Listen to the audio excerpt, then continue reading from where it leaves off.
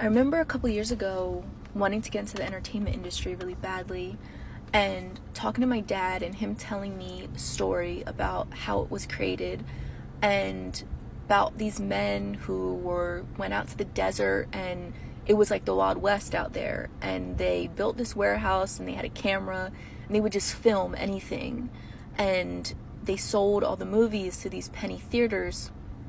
And these people who, it was during the Great Depression and they couldn't find jobs, they could barely feed their families, they would just go to these movie theaters and they would watch.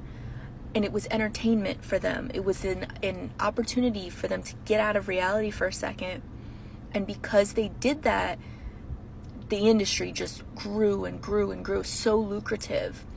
But to think, what industry can grow and be born off of people's vulnerabilities? One's run by predators. So if the entertainment industry was run by predators, then who would they employ? Who are the actors and the actresses and the filmmakers? Well, victims. Okay.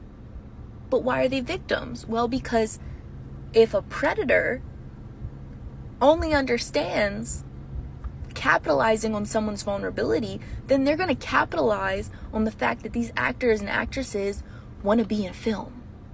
They want to get their face on celluloid. It's going to be great. I'm going to be famous.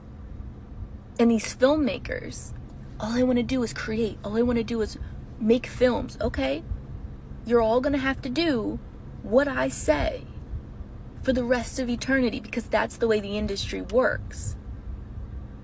So who's going to be able to lead that industry generation to generation to generation? Well, people that understand the bylaws, people that understand the way things work.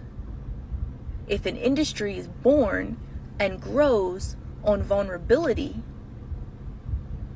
and on employing victims, then it can only continually be run by people and leaders in that industry who understand the concept.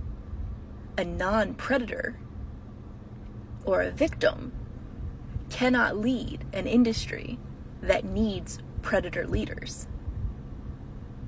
So the issue, if that's not a big enough issue, the issue lies where you have these actors, actresses, filmmakers who start to justify their victimization. Now, I justify the money that I made, the fact that I did what I did so that I could continue to make movies.